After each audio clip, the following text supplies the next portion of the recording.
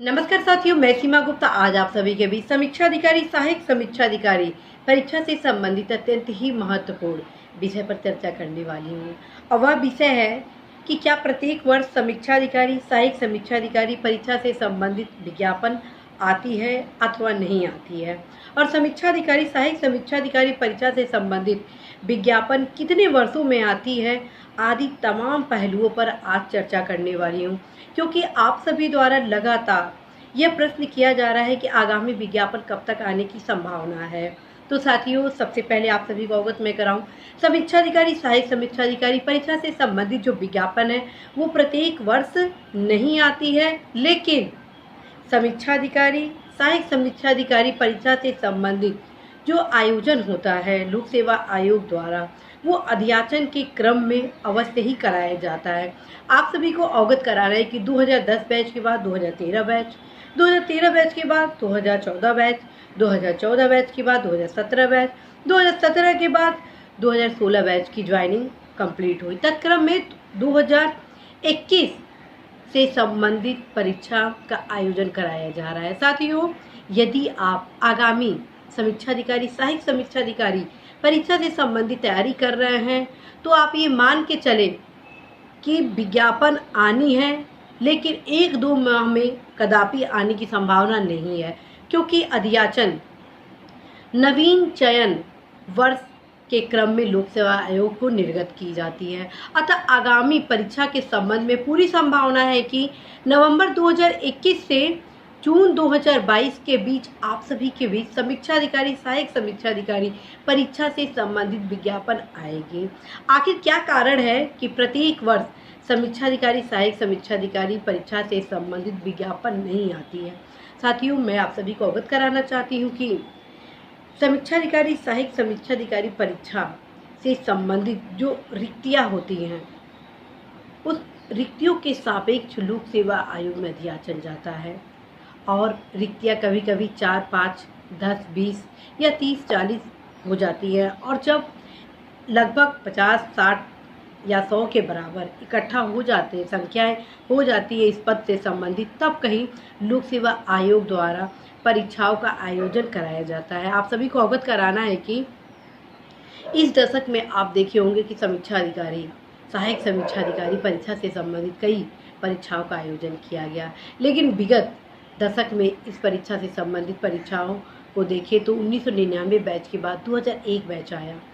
मैं यहाँ पे सचिवालय की बात कर रही हूँ। उसके बाद 2001 बैच के बाद डायरेक्ट 2010 बैच आया, अर्थात 10 वर्ष का वैक्यूम रहा। लेकिन आगामी जो वर्ष आने वाला है उसमें परीक्षाओं के आयोजन से संबंधित जो प्रक्रिया है, स्तर हैं, उसमें जो दूरियां हैं, डिस्टेंस है, वो कम हो गई है। कारण है कि आगामी कुछ वर्षों में जो सेवानिवृत्ति का दर है वो काफ़ी बढ़ रहा है। तत्क्रम में अध्याचन अच्छी खासी संख्या में लोक सेवाओं को निर्गत की जा रही है। और साथियों, आप ये सोचें कि पहले विज्ञापन आ जाए, तत्क्रम में आप इस परीक्षा से संबंधित तैयारी करेंगे तो कहीं ना कहीं साथियों आप अपनी सफलता पर प्रश्न चिन्ह खड़ा करेंगे। आप सभी को अवगत कराना है कि इस परीक्षा में बहुत ही प्रतिस्पर्धा बढ़ चुकी है, क्योंकि सीटें मात्र 100, 200 या 300 के बीच होती है, लेकिन जो अभ्यर्थी फॉर्म भरते हैं वो लाखों की संख्या में होते हैं। तो साथियों, यदि आप चाहते हैं सुनिश्चित सफलता प्राप्त करना तो अवश्य ही आप सभी अपने इस परीक्षा से संबंधित तैयारी को आगे बढ़ाइए, और ये मान के चले 100% विज्ञापन आनी है तो आनी है। लेकिन आप बस एक इस परीक्षा का लक्ष्य बनाएं तो ये उचित नहीं होगा। क्यों? उसका कारण है साथियों, जो भी हमारे युवा IAS PCS की तैयारी कर रहे हैं उनमें अधिकांश युवा इस परीक्षा से संबंधित फॉर्म भरते हैं, अर्थात आपका कंपटीशन काफ़ी बढ़ने वाला है।